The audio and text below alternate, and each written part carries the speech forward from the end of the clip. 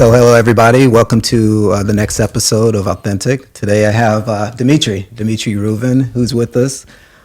He is a homicide detective here in Montgomery County. He's also been one of my friends for about 20 years or so. Dimitry, welcome.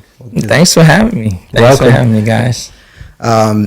So let's get into it. Just tell me a little bit about yourself and kind of give me your life story. Okay, so I was born in the old Soviet Union, used to be, the USSR. I lived there until I was about 14. I was in a country called Azerbaijan, which used to be part of the Soviet Union. And once the Soviet Union fell apart, it became its own country now. And I moved here when I was 14, with my fam. We moved to... my dad had an aunt that lived in Baltimore, and she had to sponsor us because we obtained like a refugee status when we first came. And so my dad had to, petition to the American Embassy for us to get the status. And in 1994 is when we moved to America. Okay. Yeah. What was it like living in ex-Soviet Union? I was thinking about it on my way here because I figured you'd be asking about that because me and you had these conversations a lot of times, obviously, and I figured that's one of the topics we're going to discuss. So I actually thought about it on my way here. I thought, and one of the things I was thinking about, my mom died this year, and she wrote a memoir. I knew she was writing it. She wouldn't let us see it, but she was writing it in the last year of her life. And last week, for the first time, my sister read it. And last year, for the first time, I actually read it. And it reminded me of some things back home. And I just thought about it on my way here. I thought about some things my mom wrote that like, some things I kind of remember, growing up as a kid. Some things I had no idea, like Mom, I had no idea this happened, One of the things she wrote about that I thought about on my way here is, we growing up, we didn't have much, we went through a lot where, we didn't have food, we didn't have electricity, things like that. And she writes about that, and I remember some of those things. And one of the things she wrote about was when her dad, my grandpa, died, we like your neighborhood would kind of come out and support you, right? And she talks about this time where a bunch of our neighbors came over and brought food and brought whatever little they had. And she wrote about that. And I was like, yeah, I remember that clearly because like all of a sudden we had this abundance of food in our house. Yeah. And like all our neighbors were home, stopping by. And I thought about that time because I was like, yeah, Mom, I clearly like remember that time that you talked about that my grandpa dying. And so that's I guess that's one of the things I thought about when I was on my way here, that hey, we didn't have much, we didn't have a lot, but I still like grew up a happy kid. I had friends, we ran around, we played soccer all day long, we were running the streets, and it was a good childhood. Like I can't complain. Yeah. It's just when the Soviet Union fell apart, you kind of your whole life kind of fell apart, now it's a new country, new government, who's going to be in charge, so the structures kind of all fell apart, and a lot of stuff went down, war started, they were killing a lot of people. I remember going to school. I think we talked about this story a few times, me and you. I remember going to school, and I was going up. I had to take the metro to school. I was going up the escalator, and that's the first time when I knew like something went down. Where I saw tanks on the streets, people were shooting, and gunshots, and one of the Russian soldiers was up there, and he was like yelling for me to just get down, get back. And I remember running down the escalator and going back to the metro and catching the metro home. But that's when the Russian troops kind of came in to, quote unquote, keep the peace. And, at that point, everything kind of stopped. I didn't have school for months and months and months. I remember, and we were, at that point, we were kind of far from the main city, which Baku was still the capital of Azerbaijan. And I remember, looking out my window, seeing tracer rounds and things like that. So that's when I think my parents were like, okay, we gotta do something. We gotta move. Mm-hmm. And I think that's when the idea, I'm sure my parents, looking back, they were in their 40s. I'm in my 40s now. Like I can't imagine what it's like, to like you now have your whole life, your kids, everything like that, and now you're like, I gotta move to a whole different country, learn a new language. I'm sure it was pretty tough for him. Yeah. So that's one of the things, like I said, I thought about on my way here. Yeah. I have a question for both of you guys. So now you both had, I would say, a difficult time in your childhood. Mm-hmm. How do you guys react now that you look back at how everything started and now where you guys are at and what you achieved in life? I mean, I think many people who achieve big things start from humble beginnings. I do think that sometimes it can break you or it can propel you. You know what I mean? It can make you want better for yourself and the people you love, and so that can be the fuel that drives you. I know for me, it's been one of the things. I think if you peel back the layers, that really drives me to try to be the best. Just to try to make sure I provide a good living for the people I love and make something out of what I've become. So, but I think that's a normal story. It's one of the stories here, especially here in America, where you have the ability to kind of move. A lot of people, regardless of your drive, you don't have a way to make a means for yourself, and here you can. So,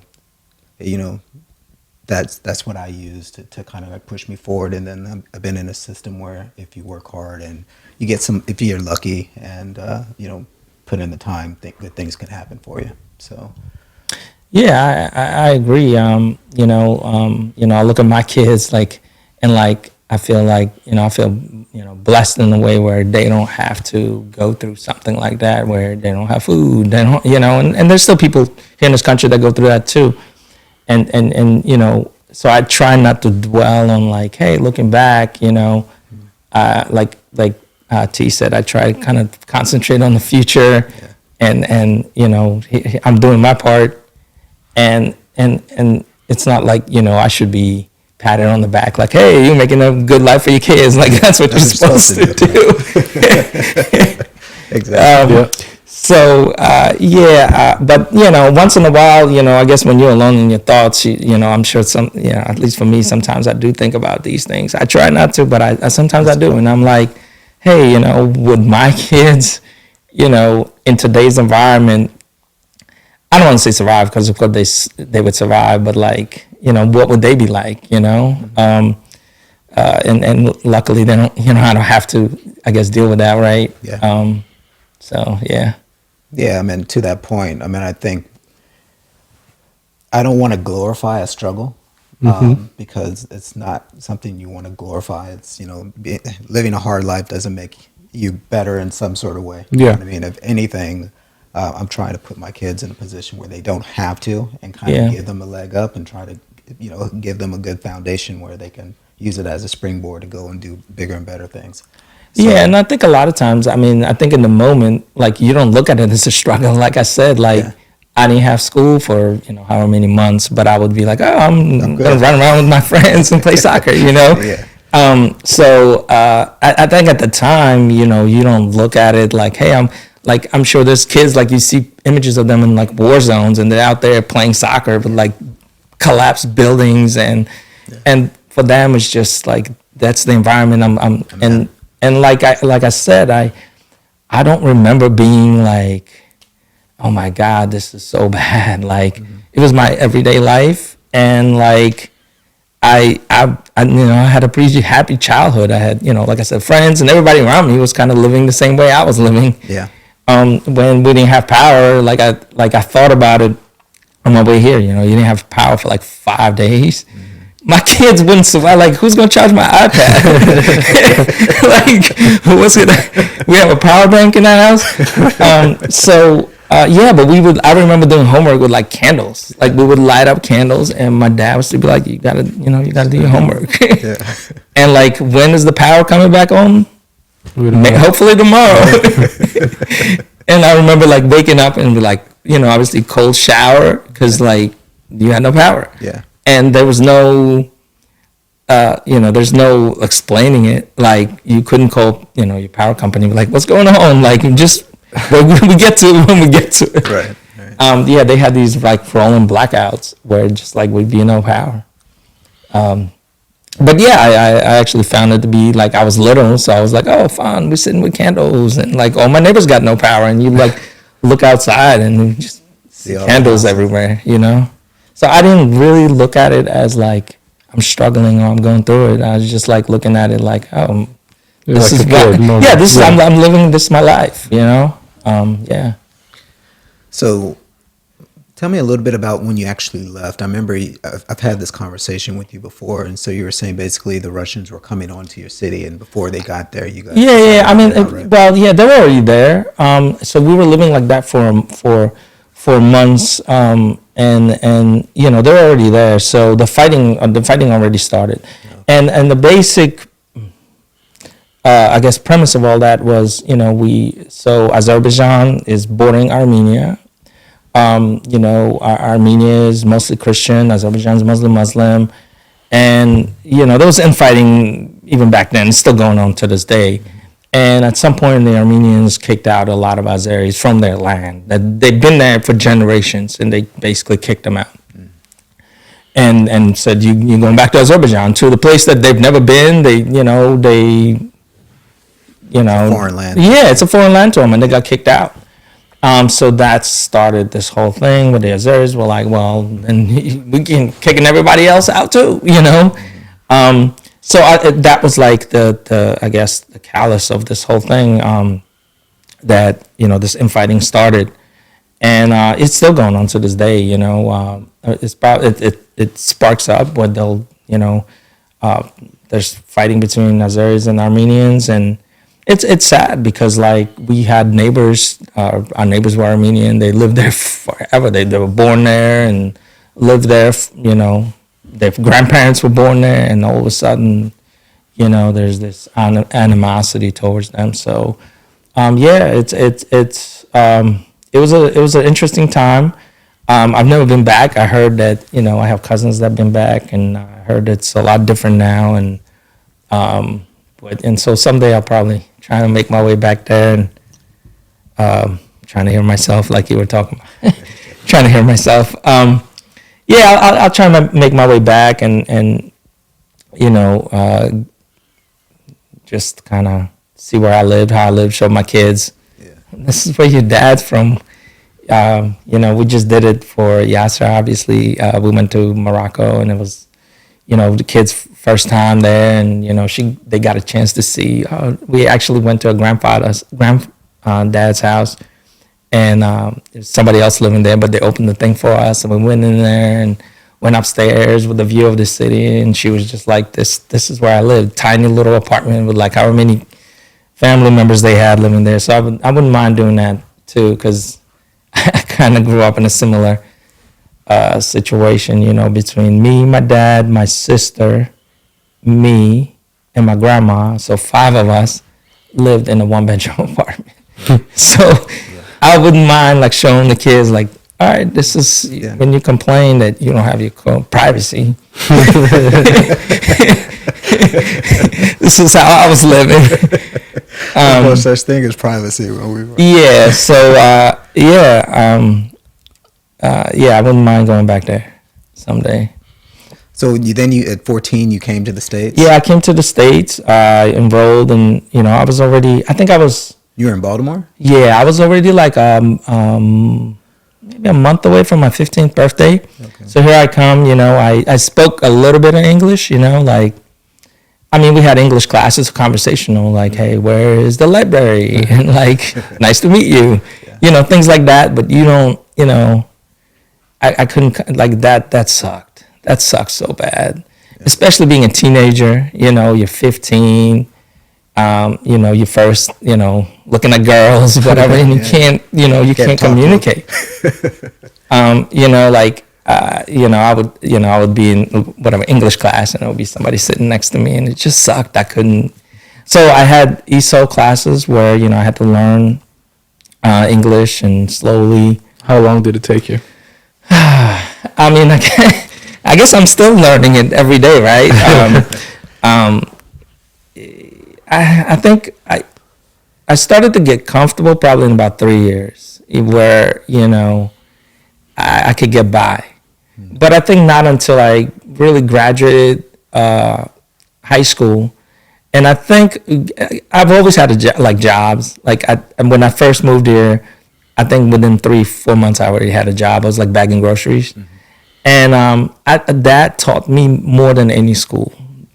In ESO lesson. Because I was, you know, I was working at a supermarket in Baltimore, and like, you know, everyone there had to speak English. And, you know, I had to forced. So you're kind of forced to speak English. And I think, you know, once you move on, and I'm sure you can appreciate that too. You start having friends, and you know, that teaches you way more than some teacher pointing some things on the blackboard like, this is how you say it. Yeah, I remember the Georgetown camp. Yeah. I think the first like 2 days I couldn't speak with anybody. I mean, I knew, you know, a couple sentences, you know. So just for the audience, he went to a Georgetown basketball camp when he was about 14. 14. For a week or two. So that's what we're referring to. Yeah, so you were like, I remember you back then, and you reminded me of me. I mean, because obviously you were that age. Yeah.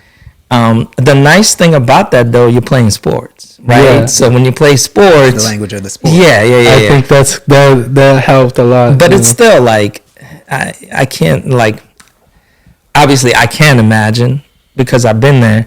But it's hard. It's hard, man, because like you want to communicate, and like, you know, like I think about it all the time, and like the NBA, you got these players coming from Yugoslavia or something, and I'm like, what's your life like, coach? Like, do they have a translator?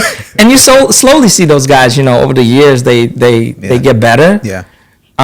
You know, like I look at like Ovechkin, right, playing hockey. Like you look at this old. You know, 20 years ago when he played, you couldn't speak 2 sentences together. And now they're interviewing him, and he's, you know, able to talk or whatever. I think about it all the time.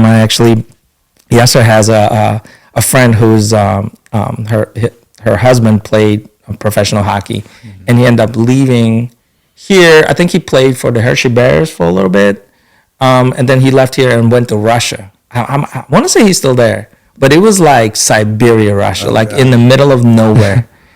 And there was an article that I read about him and a couple of his teammates from America. They're like living there in the middle of nowhere, have their wives all hanging out, and they don't speak any Russian. It's like, what's your day like, you know? Yeah.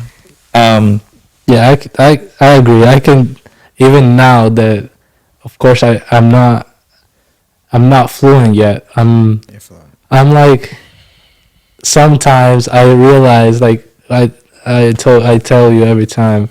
When I come back from school after a day of just hearing another language that you never get used to, you know, just hearing another language.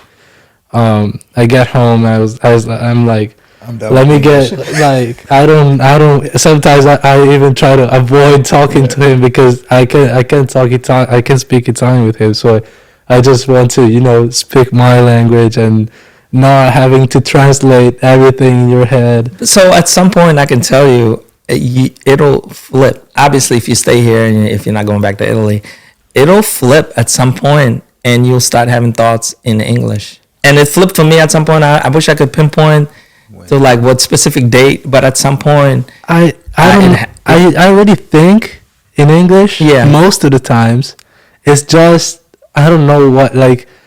It was frustrating. I think like two months ago, I was coming back from school and I wanted to watch an Italian movie. Yeah. But now Netflix, once you get in another country, it just shows you, you know, that country. Yeah. To Netflix. so I couldn't find an Italian movie. And I got so mad because I really didn't want to listen to another language. I just wanted my language so I can even look at my phone and still hearing and understanding without having to, focus and like translate. And so, have you found anybody here that you could, well, outside your fam, like that you could speak Italian to? Or No, not really? No. I had I was in a reading class, and this is funny. I heard someone speaking Italian. I heard only ciao. Uh-huh. And I said, "Wait, what's happening?" I was thinking maybe something in my head, then I kept hearing, familiar things. And so I got out of the classroom, and there was an Italian class during my reading class. And yeah, so there I spoke Italian with the teacher. She was actually from a close city to mine. And yeah, but besides that, I don't even think there's another Italian on campus, from what I know. Right. Well, then I think that's why your English is getting better and better, because you forced to speak English. Like if you were talking Italian all day long, it wouldn't happen probably. Yeah. Okay, so so you're here in the States. Did you have culture shock besides just the language? Yeah, man, of course. Yeah. Of course. Yeah, I mean, it takes you a little bit to get used to things here. And I'm not even talking about like the abundance of stuff in America, just your everyday interactions, the way people treat each other. I talk about with my dad about it all the time. I think back home, and I don't know if you can relate in Italy, you've always approached and I hear that from other foreigners, from like Africans, and you've always approached a stranger or somebody as if they're trying to get one on you. Like, yeah, like you just don't trust. You were raised not to trust people. Mm-hmm. And all of a sudden you come here, and at least in the 90s, everyone was just like nice. If you left something somewhere, your wallet falls down, somebody will be running after you. Hey, here's your wallet. You just dropped it. Most people, right? I think most people will do that. And that was just, to me, that was weird. Like all of a sudden you're just like taught to kind of trust people. Yeah, and that the intentions are good, that they're not trying to get one on you. I don't know if you can relate to that. I can relate. I find when I leave the house with the car, and there is some our neighbors walking, and they say hi to you. Yeah. At home, people don't care about someone that they don't know. They don't say hi. They don't. It's not just they not trusting. Maybe like you. It's just different. People don't talk to each other like that. At least I'll say you're. What about smiling? Not even that. People that's a thing. I think that's like an American thing. People will smile at you. Hey, how you doing? But I like it. Now I'm excited every time I see someone walking. I go like this. So I like it. It's different, and I actually, I prefer it like this. Than being just strong. Oh yeah. No, I agree, man. Like the other day, I told you I talked to our old neighbor. And he was so nice. He was asking me, "How are you doing? I see you picking up sticks. Mm-hmm. What a beautiful day." Stuff that you're not used to hear at home from a stranger. Yeah. I don't know if you could relate to that through your travels or not really. I don't have that experience because I haven't lived over. I mean, I did when I was really young, but I haven't lived there. But so for me, it's always an American viewpoint in that, from like the South versus the North, and the differences there in Southern hospitality in the North. But I do find, even here specifically, I do find what you're saying to be very true, where it was weird when I first moved here. If I were out in my yard and a car drove by on the street, the person in the car would still wave at me. Yeah. And I was like, what in the world? Like, why are you waving at me? You're in a car in the street. But that didn't happen in the South? No, this was new to me. Okay. This was new to me. I mean, if I'm walking by you, yes, you have to acknowledge the person's walking, even if it's just a hello or a head nod or something. But for them to be in a car and then to look at me and then still wave at me, and now I find myself doing it. And it's something I find pretty cool, too. Now you see me, I do it all the time. Yeah. And I can tell who's lived around here for long and who's new because... Yeah, I find it weird when they don't do it now. Yeah, you know, so I do it. like I always do it. Okay, but so you were here at 14 and you went to high school in Baltimore? Yeah. Yep. Okay. Yep. So I graduated 97. I went on. I did a couple of years at University of Maryland. I left school. It took me forever to get my degree, but I did because I always wanted to just. Unlike I have a sister who's loves school, multiple degrees. Like she loves school. I hated school. I'm more of like. People person. People I'm more of a learner from just like what I was talking about earlier. That I learned more working than I did in school. Yeah. So, but I always knew that was going to be my goal. Like I want to get back and finish it up, and I did. I want to say like 5 years ago, I finally got my degree, and I'm glad I did it. And so then, did you go straight into the police department? No. So when I graduated high school, I didn't know. Just like many other kids, I didn't know what to do. A really good buddy of mine joined the Marines, and he was trying really. I think once you join, they'd like try and get you to bring 3 of your friends. So he was like really, really trying to get me to join the Marines, which looking back probably would have been awesome. But I didn't. He went on and went overseas, and I ended up getting an internship at NIH here in Bethesda, just doing computer stuff. I then got a position there, was working in computer field, and right around 9/11, when 9/11 came, that's when I decided, I want to do something, I guess, more meaningful. I couldn't picture myself sitting in front of the computer for the rest of my life. Yeah.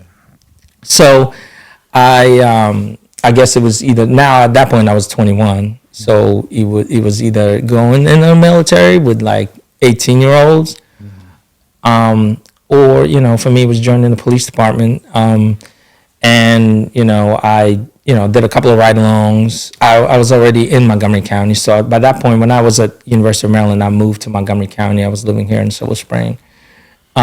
So I just looked at my local police department where I live here in Montgomery County. And, back then, this is 2001, they really needed, there was a big boost for police officers. Because everybody was I was leaving computer field, and everyone was actually going in the computer field. So at the time, my parents were like, "What the hell's wrong with you? Like, are you nuts?" Right. Like they were not happy at all. Just like many other places, you come with the big distrust of police and what they do and all that. And my parents were just like, "What the hell is wrong with you? You have a real good job. You actually took a pay cut to become a cop." So, I like I said, I did a couple of ride-alongs with a couple of good officers. I was just all of a sudden, I'm like, well, let me apply. I didn't. I know for some people it's like a goal. That's like they grow up thinking, I want to be a firefighter. I want to be a police officer. That was never a goal for me, really. I just kind of fell into it, just like many other things in my life. I kind of fell into it. And I didn't know how long I was going to stay. I remember being in the academy and they were like, you're going to look around and 20, 25 years going to go like that. And now that I'm almost there, I think I've been on about 23 years. So it's like, I like, it flew by, man. Like, I never look back. and it's just like it was an awesome time at that time to join the police department and be a cop. Can you give me some of your highlights? What did you learn during that time? Being a cop. Yeah. So I think the best thing I learned that I carried throughout my whole career, when you first become a cop, first of all, I looked young. Nobody was listening to me. I was like 21. I looked like I was 15. And nobody. Like, I remember telling somebody, just sit down, sir. And they'd be like, no. And I'd be like, well, what do I do now? I don't know what to do. Yeah. I learned very quickly that if you're a dick to people, they're going to give it right back to you. Mm-hmm. And I learned that so quickly that if you treat, I would say, unless they're on drugs and not listening, if you treat somebody with respect, I would say 90% of the time they will give it right back to you. Mm-hmm. Whether you're wearing a badge, not wearing the badge, whether you're just dealing with a person. And looking back, like, I should have learned that quicker because, we all have that stereotypical cop that comes in and I'm the man, you're going to listen to me. That stuff doesn't work. And there's always going to be somebody that's bigger than you and stronger than you and can kick your ass. Yeah. Mm-hmm. And you kind of learn that quick, and I learned that quick. Mm-hmm. And it carried me throughout my whole 20-some years. I still do that, where you treat somebody with respect, they're gonna give it right back to you. So I think that's one of the things I learned real quick. What is the funniest thing you experienced being a cop? Oh man, I had so many stories. I'll give you a quick one. Me and my buddy of mine were working. We were working like an evening shift, and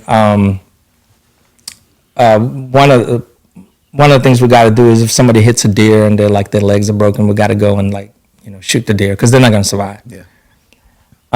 So we got a call for like a deer stuck in the backyard. He got hit by a car and ran into somebody's backyard and was just laying there.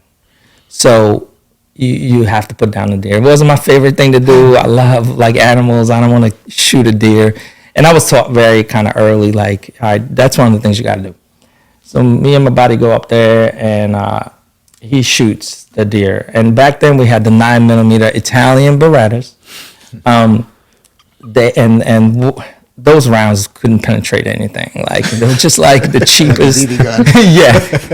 9mm round. I don't remember what it was. But, and the deer's moving too. And so my buddy, shot, so they teach you got to shoot him behind the head because that way you put him out their misery. But he had to, he shot him in the torso and the deer's moving and he basically, anyway, shot him a couple of times.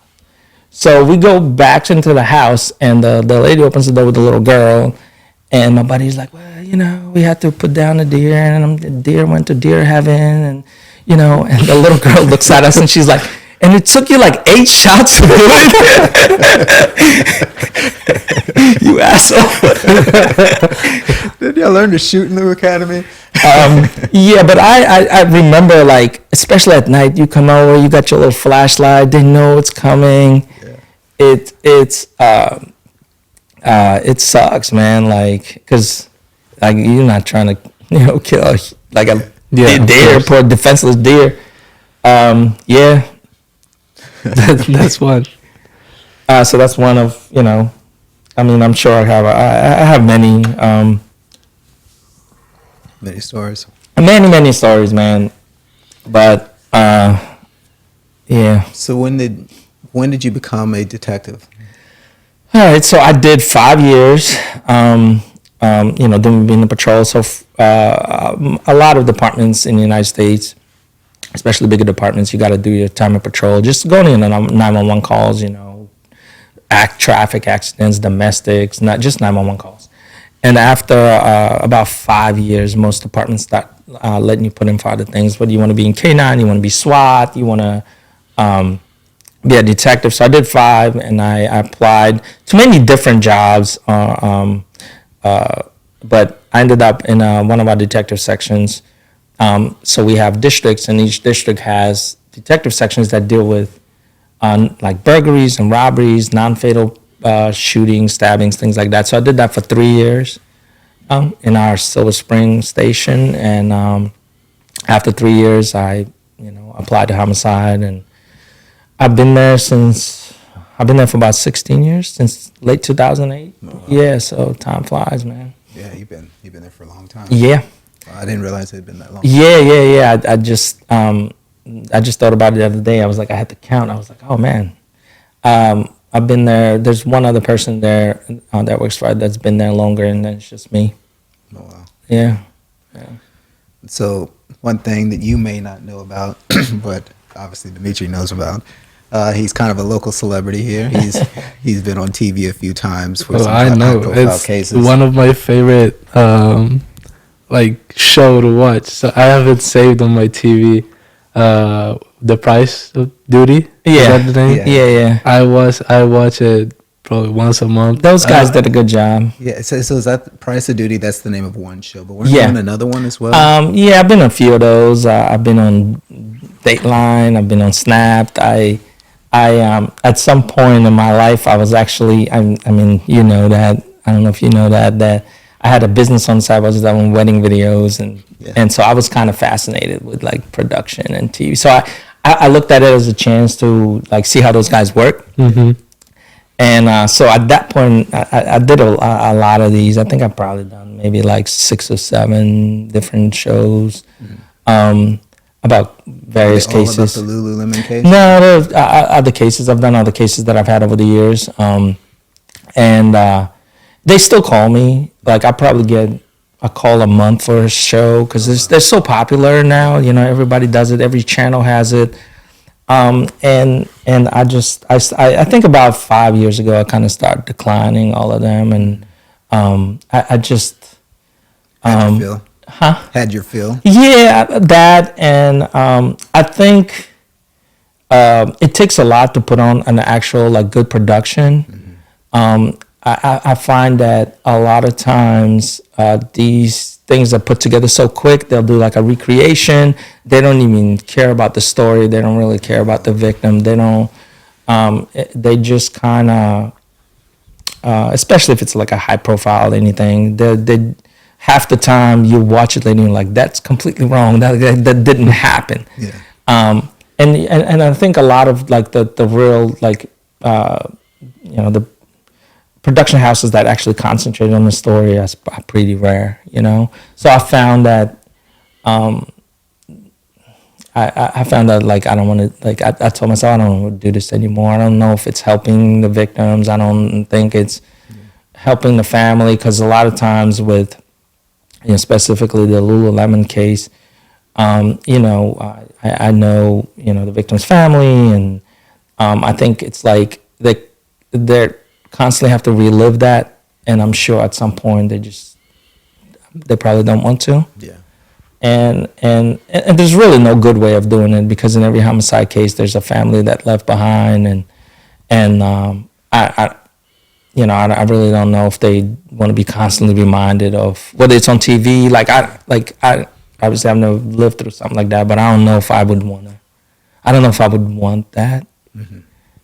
Especially if that's not the goal. Like if the show is concentrating on the glory of it or whatever the case may be, and not necessarily on the victim or who they were, how they lived. I don't know. Yeah. So that's for all those reasons I kind of stopped doing it. Okay. That makes sense.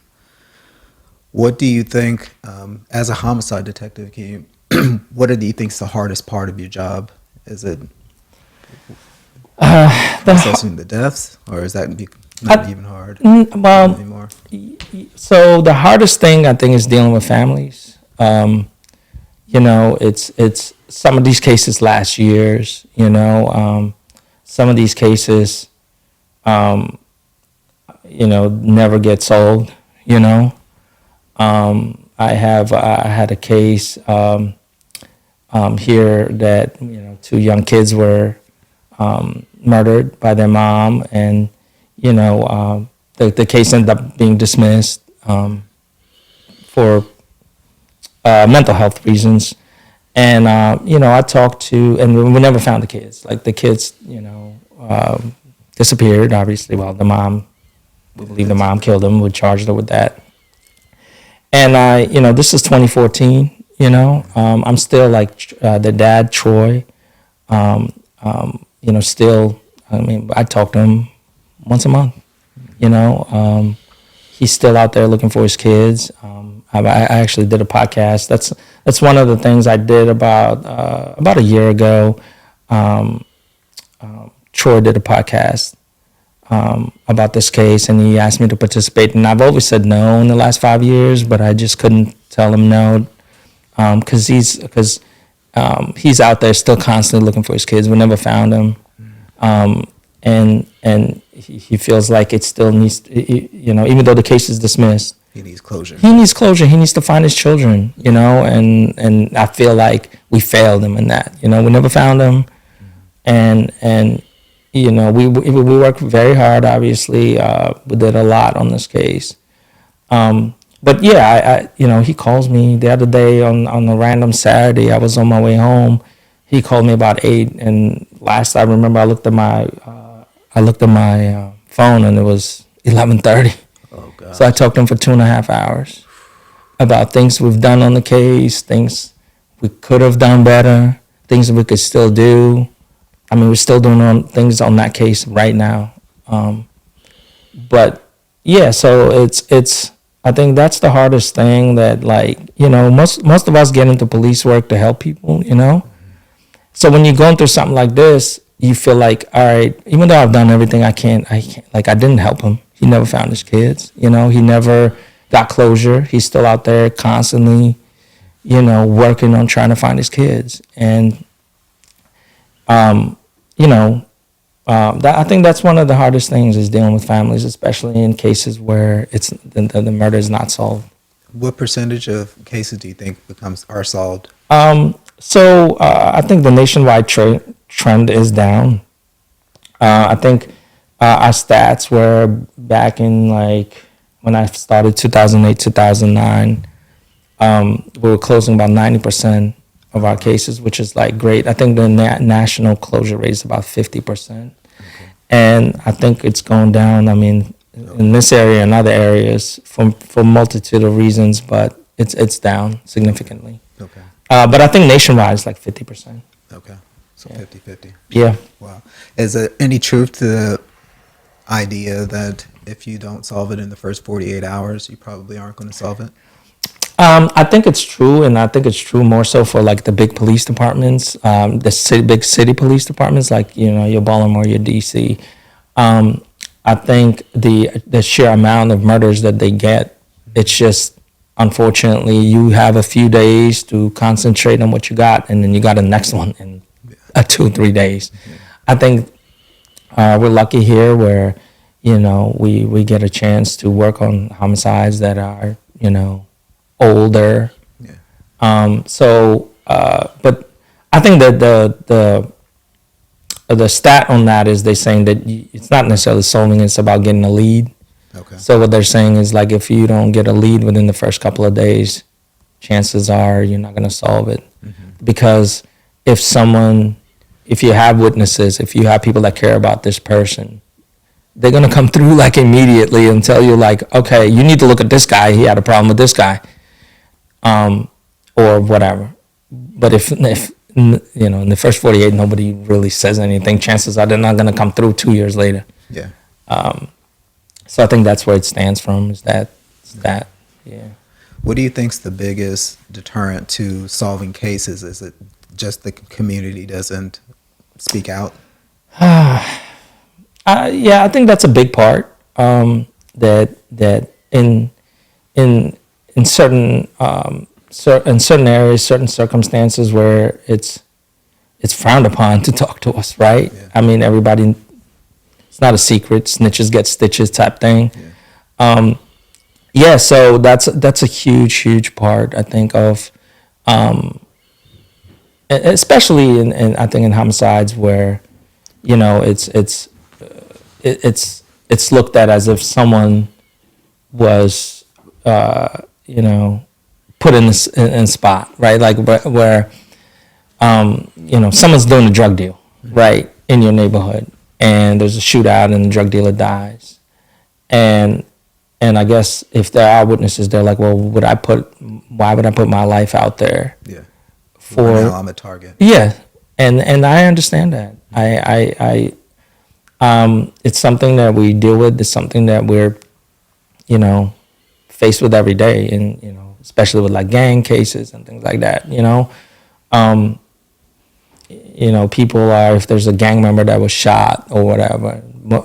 If you're just like some regular guy and you got kids and you're walking down the street, you're gonna be like, why would I put myself in this spot for a gang member? Because I could be next. Yeah. And I'm sure in some cases that's valid. So that's a big one. Yeah, we face this one for sure. And some of it is just sometimes we lack evidence. Sometimes we lack. Cases are solved by evidence, witnesses, and confessions, right? Mm-hmm. So if you have no evidence, or if you don't have 2 of the 3, it's hard. It's extremely hard to solve a case. Okay. You got to have at least 2 of the 3. Makes sense. If you have one, can you share an experience that on the job that changed your perspective in life? Changed my perspective on life. I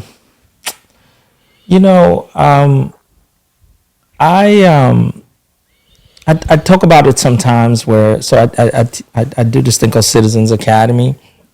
And we've had that for years. I think I've been doing it for over 20 years. Where, citizens come through once a week and they kind of listen to different police perspectives, whether it's from us, SWAT guy, range staff. So I kind of tell them, I get that question sometimes, like, did it change you? How does the job affect you? That kind of stuff. I think for me, I kind of have to always remind myself that my job is not the world, right? Mm-hmm. I always have to tell myself that not everyone's an asshole. Not everyone lies to you. Not everyone will do anything to conceal things. I have to constantly step back and tell myself most people are good. Mm-hmm. Most people aren't criminals. Most people, I truly believe, sometimes when we interview people, quote unquote bad guys, suspects, I say that a lot. And I mean it. I actually say I believe in basic goodness of people, right? I truly do. And I feel like sometimes, people are, and they've done the most despicable thing. They murdered somebody, right? A lot of times, unfortunately, I don't want to say you can understand it, because but you could see how things happen. Mm-hmm. You could really see how things happen. Mm-hmm. And I don't look at people as like they're truly evil, right? Mm-hmm. That's one of the things I learned. It's very easy to condemn people and say, oh, they're a murderer, they're this, they're that. Outside of a few people that I've dealt with in life, most of them were just put in a bad spot and kind of made a bad decision. Mm-hmm. And so I learned that. I learned that very quickly. And one of the other things I say, and sometimes I'll say it in the interview room when we're talking to people, and again, I also mean it. There's really at the end of the day, there's like no celebrate. Like, if you're going to tell me like what happened, we're not going to there's no celebration. At the end of the day, we don't get more money because you told me this happened. We don't high five each other. It's actually a very sombering experience, after a homicide case, and because there's no winners. Yeah. I remember one of my first ones. I was getting ready to testify as I was outside the courtroom, and I was this guy stabbed this other guy a bunch of times, and I'm sitting outside. I'm getting ready to testify, and his girlfriend was there with his little kid. His little kid must have been like 5. And this little dude comes up to me, and he had a little car, and he starts like pushing the car towards me, and I push the car towards him. And he smiles, and we're kind of playing with the car, and his mom's letting us do it. And I remember thinking to myself, like, I'm about to go testify, and my goal, my job, is to put this guy to prison, hopefully for the rest of his life. And like, it's a very weird dichotomy. Like, and here I am playing with this kid because it's not personal, and I feel like, but I have a job to do. This is what I do. And at the end of the day, like I said, there's really no winners. Like, I don't walk away from that case and think, oh my God, I'm so, outside of a few times that I remember over however many years I did this, that I was like, I can't even say I felt joy. Like, it's not a joyful occasion, really. But it's just like, at the end of the day, you feel like, all right, I did my job, and you concentrate on the victims. You're helping a family at least get some sort of closure. Yeah. So since you said this, what do think most rewarding about your job?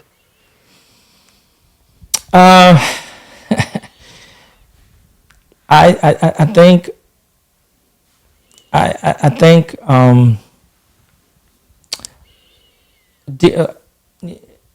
probably dealing with the families again is also a big one.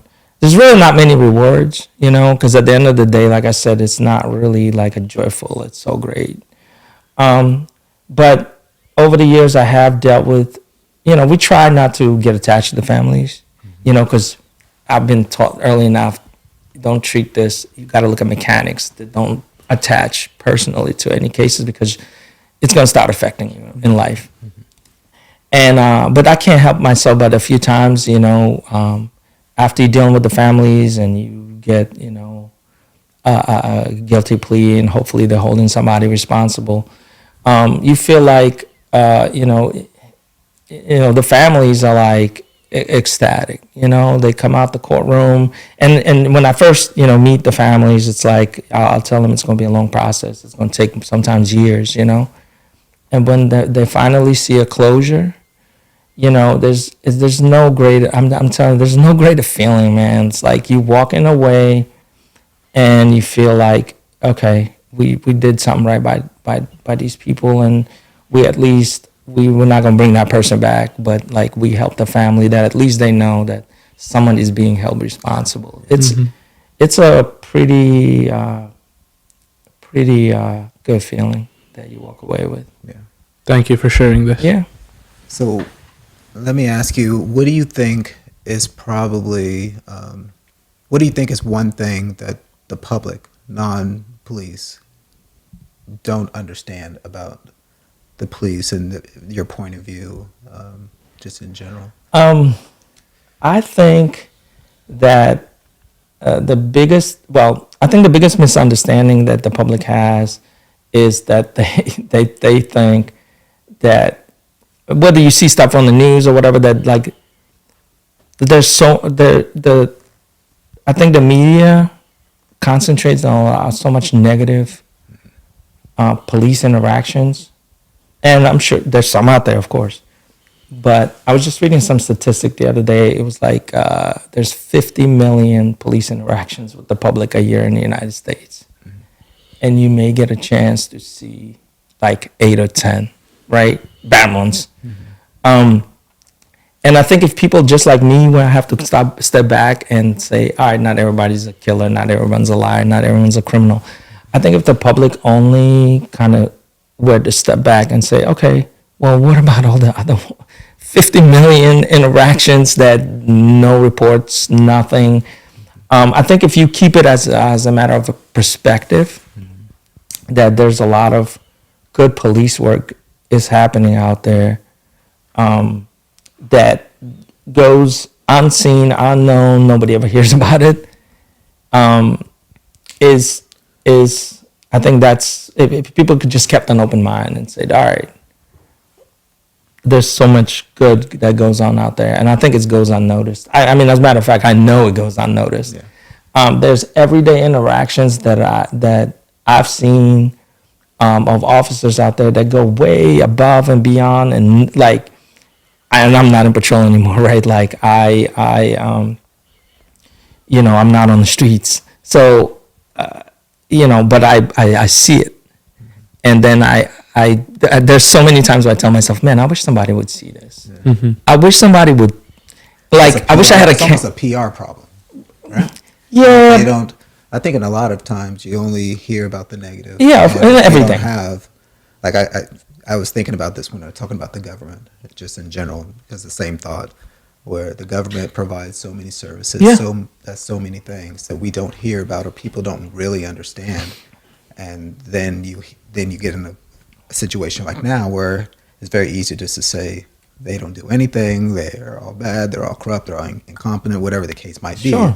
But there's so many things that go on, but you just don't know about it because there's no one telling you about it. There's no public service announcement. Look what we did today. And, yeah, and the assumption is, at least it used to be, well, the assumption is that, like you said, it's a PR problem, but the assumption was like that you were good, unless shown otherwise. Now it's almost like the opposite, and you have to prove that you're good, and that sucks, like, right? Because I mean, most of the guys out there just trying to do their job, and I'm telling you, I see it. I think I told you the story, like one of the, I think it goes back to your question, like the first, you know, my first few years as a cop, I was learning from some really good people that were out there.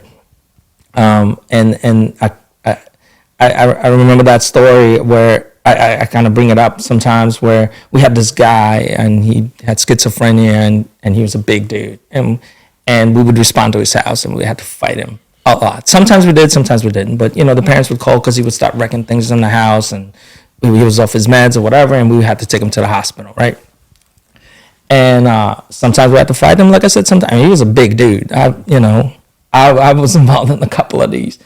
But one day there was a guy on my shift. His name was Jimmy Barnett. And we were working daytime shift. And I'm driving in my car and I see Jimmy Barnett and he's driving the other way.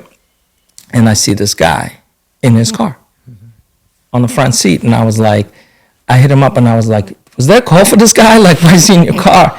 And he was like, nah, I'm just taking him out to breakfast. And I was like, wow, that's like, and then like Jimmy showed me, like, there was no call. He was just like, but the next time we respond to his house and he's off his meds, he's going to be like, oh, that's the guy that took me to breakfast. Yeah. I'm not going to fight him, right? So those are the little lessons. That wasn't recorded. There was no body cameras back then. He didn't do it because of some community project that was assigned to him. He did it because he had a couple of hours to kill and there was nothing going on. And he was like, well, let me go take him to breakfast, right? And like I'm telling you guys, there's so much of that goes on that nobody knew. I knew because I saw him driving. And like, it wouldn't have even been known to me. He would just did it. And nobody would have known. And there's so much of that out there, man. Yeah. Yeah. So we recognize that there are a lot of good cops, and we recognize that in any field you're going to have some bad cops or bad people, bad apples in those fields. How does the police itself, like as someone who's a non-police, I sometimes wonder if you get away with a lot more because there seems to be almost a code amongst police that they don't tell another police, right? So yeah, there's that. I mean, obviously it's gotten better over the years, and I'm sure some departments are better than others. I think in certain places it kind of, you know, probably feels like, all right, it's like us against them mentality, right? Like if this guy's gonna back me up and I'm depending on him for sometimes my life, you know, then there's little indiscretions that the dude does that I'm gonna excuse. Yeah. I think it starts with that, right? And then I think in certain places it then, you know, am I gonna excuse some guy calling somebody a name, like call him an a-hole, and him not being professional, you know? And then next time, well, am I going to do this? And I think it slowly starts. And like, it'll be like, oh, next time I'll see him take money. Okay, well, he probably needs it, you know? I think it kind of progresses just like many other places. And I think that includes the police department. But I think It's recognized a lot more now than it was even 10 years ago. I would certainly hope that, most of us out there, if they see something criminal, obviously, like, no. I think there's more and more on that. But are there still departments out there probably that still have that code of silence? And I think it's gotten better. No. I think it's gotten a lot better. It reminds me of, I work in real estate, and I sometimes work in affordable housing, so low-income housing. And you'll hear people talk about low-income housing and the criminal aspects and the crime aspects of it. Yeah. And it took me a second to come back and realize, well, really, there's 200 apartments in this apartment complex. It's usually about 4% or less of the people who are actually doing almost all of the criminal activity. Yeah. It's 10 houses where they're the people that are causing all the problems. And even though we recognize that it's such a small percentage of the people there, what they do becomes the perception of the whole thing. Of course. Right? And I think that maybe that's similar in the police, where it may be most police do good work and whatever, but you have a small group of 4% or less of all police that are probably doing, bend the lines, but the perception, because those make the news, that makes the, perception changes. And so one of the ways from a non-police person seeing it in another aspect is really trying to weed out that. I think it could, even though we recognize that it's a small percentage, it blows up and makes the media, makes the headlines, it makes the whole department or the whole industry look bad. Yeah, of course. It's like this group thinking, right? Like, and then amplified by the power of the media, right? If you, let's say, like I said, 50 million police interactions a year, and there's 10 that are amplified on every channel, then you're going to be like, well, what the hell's going on here, right? Like, what is happening? Yeah.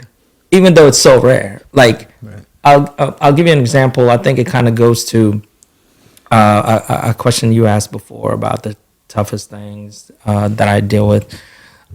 It's, I'll go to a scene and it'll be a kid that died from a staph infection, right? And, I'll talk to the parents, and the parents be like, we took him to the doctor and they said, just take some ibuprofen, a couple of days, you'll be fine. They miss it, right? They miss the staph infection, and, unfortunately, the child dies. And that's probably one of the toughest things we have to deal with, children that die. So then, I'm home, and at that time, let's say I'm having, my kids are young, and my kid's having a fever, and I'm like, oh my God, he's got a staph infection. And like, I have to remind myself, no, that's pretty rare, actually. It's pretty rare for a child to have a staph infection and die from it. But because I see it now, I automatically think that happens all the time. And I think it's the same kind of mentality with amplifying certain things on the news, where people start thinking like that happens all the time. And it doesn't. It's actually pretty rare occurrence with these, bad police interactions. It's actually, I think it's such a, I'm not trying to underplay it, because some of those are really bad, but it's rare. I think that we have to keep it in perspective that it's so rare. That's fair. So what do you do? I mean, with a job like that, you have to figure out ways to unwind, to get your mind off the job, right? So what do you do?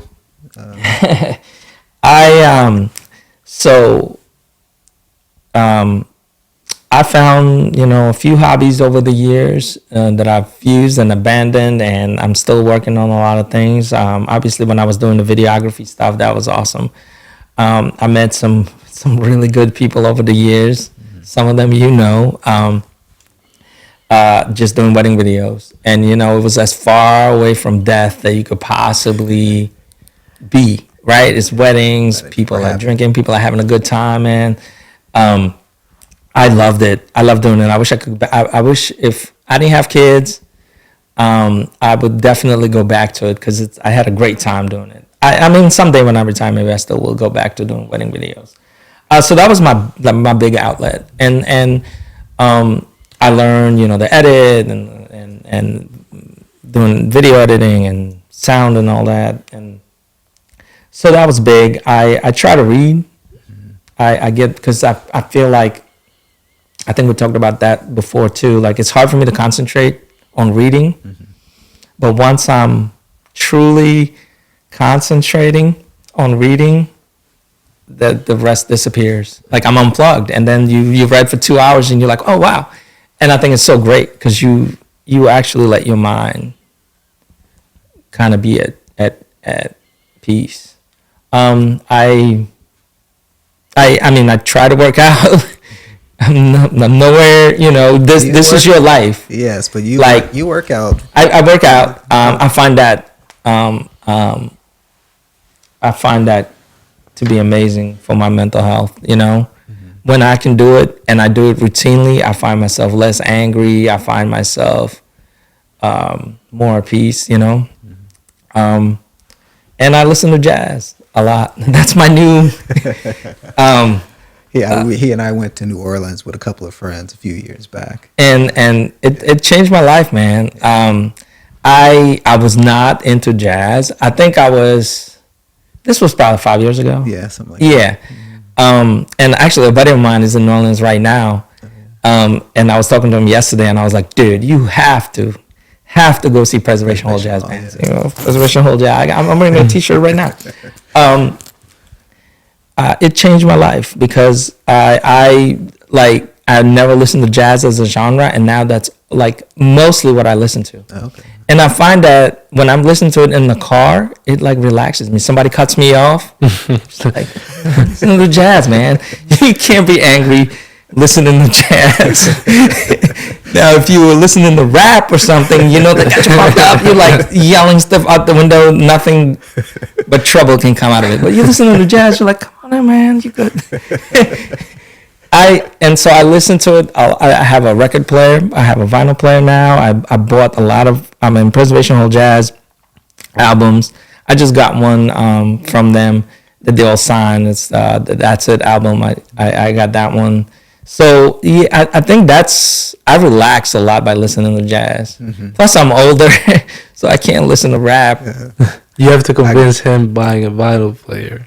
I thought you were going to say convince him to stop listening to rap. People will never. I grew up on I got him a vinyl. He of bought Bob me Marley. a vinyl record. Yeah. I'm like, I don't have a vinyl player. Well, you can get it. But you know why? Because they were talking about it once we left your house. Yeah. That you showed them the vinyl. I was just starting then. Now I got a lot more. And they were talking about it. Auntie Lucy was talking. Oh yeah, it would be nice. So I went. I went with Syrian to Target, and we were just there. And we saw it, and we said, "Oh, they were talking about it. They might like it. They might actually, buy it if we get them something, they like." Yeah. We even still we were looking for something that they might like. We had Drake or Rihanna. Yeah. Everything. We chose Bob Marley. Right. It's still classic. It's a classic. Right. Yes. And we chose it for them, but they didn't like it. Well, you never know. Never know. So yeah, I find that I have a record by, I think when you were at our house, I think I showed you Charlie Gabriel, who's part of Preservation Hall Jazz Band. Yeah. It's like a 1976. I bought it on eBay, and it still plays. Like that's what's cool about vinyl, and the sound quality is the same, right? Yeah. Like it's not like a tape or something. That's what I love about it. And I also, in my own little melancholy moods, when I'm sitting there, I'm like, I can picture these guys 50 years ago, man, laying those tracks, using real instruments, not like pushing buttons, to make sound. I as I get older in life, I appreciate it so much more, man. I appreciate it so much more. So that's why I'm getting into vinyl. Yeah. Yeah. So let me ask you to switch subjects a little bit. So now you've been here in America for 20 years. What does America mean to you? What do you make of the country? Yeah, and we discussed it probably a million times, me and you. because of, our friends group, lots of people from all over the place. I think I'm a little different in that sense because I think when people come from, when people immigrate here from, whether they come here for a job and stay, I think their opinion of America is a little different from mine. I feel like, America like adopted me, right? That's my like adopted mom and dad, and they've given me everything I have in life. I mean, I work hard for most of the stuff, but I think it's still the land of opportunity that it always has been. That people that can come from all over the world and make it, and I still believe in it. Like I really truly do. I think there's this new idea that kind of taken over, where whether someone's got money or whatever, they kind of look at it like, okay, you got there because you stepped on other people or you effed over other people. I don't subscribe to that, right? Like I think most people get to where they are by hard work in this country. Still to this day, it's harder for some people, easier for some people, but this is I think that's the essential American dream. Like this country, you could come here with nothing and be a millionaire, billionaire, whatever. And I still subscribe to that. And so that's why I will forever like embrace and love this country, man. I think that I share your view, and I think that your life and your story might be harder now than it was in the 90s. Yeah. I think there are more people in the country now, or there's a movement now to look at people who've immigrated more suspiciously. Yeah. What are they trying, not in what they can add to the country, and how you're getting a fusion of people who are driven, who want to be here, who are excited, who are, whatever reason, bringing in different ideas. They actually look at them as if they're trying to take something rather than adding to the country. And I just wonder if you were in your situation like now, like there's a country, your country was under war, and there's a country in Ukraine right now that's under war, whether or not people here would look at you as a refugee with suspicious, regardless of now seeing 20 years and all you've done for this country, all you've given, you work in the police. I wonder if we would give the same sort of grace to somebody now that was given to you. I think so. I really do. I really think that if you just look at obviously we live in a country where everything's just amplified, right? The two, we'll take them to two sides, are just so amplified. They're amplifying the negative. Yeah. I don't think that's where most people live. Yeah. I think your everyday Americans are, just trying to raise their kids, pay their bills, and go on about their life. And I'm sure there's some elements of hating immigrants, or always has been, always will be. And that's everywhere. But I think like you're getting picked up at the airport and it's some Ethiopian dude that's driving an Uber. I think most people will shoot the ish with them, and I know you don't like to talk to strangers or Uber drivers, but like it'll be I know that's one. But like, me and Eddie, we would spark, especially in Francis, we would spark up a conversation. And I think that's most people still. I really do. I think most people, I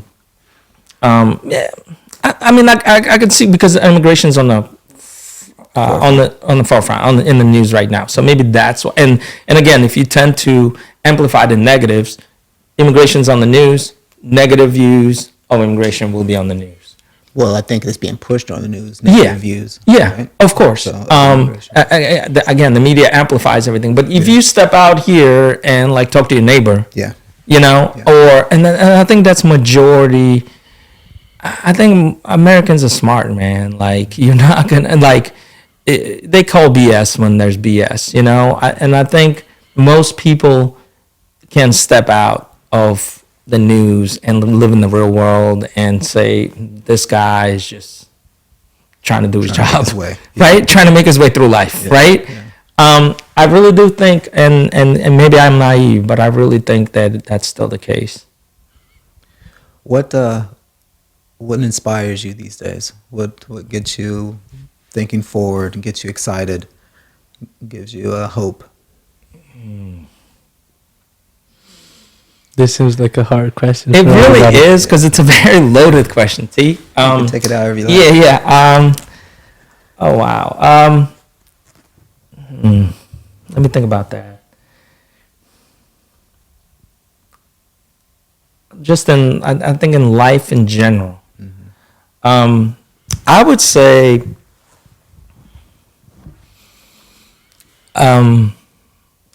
that most people, I feel like most people are good still, right? Like, and I feel like we are, there's a lot going on right now in the news, right? But I feel like we as a country going to come out of it like stronger, better. And I don't even want to say that inspires me really, but just like I told you earlier, I really do believe in basic goodness of people. Mm-hmm.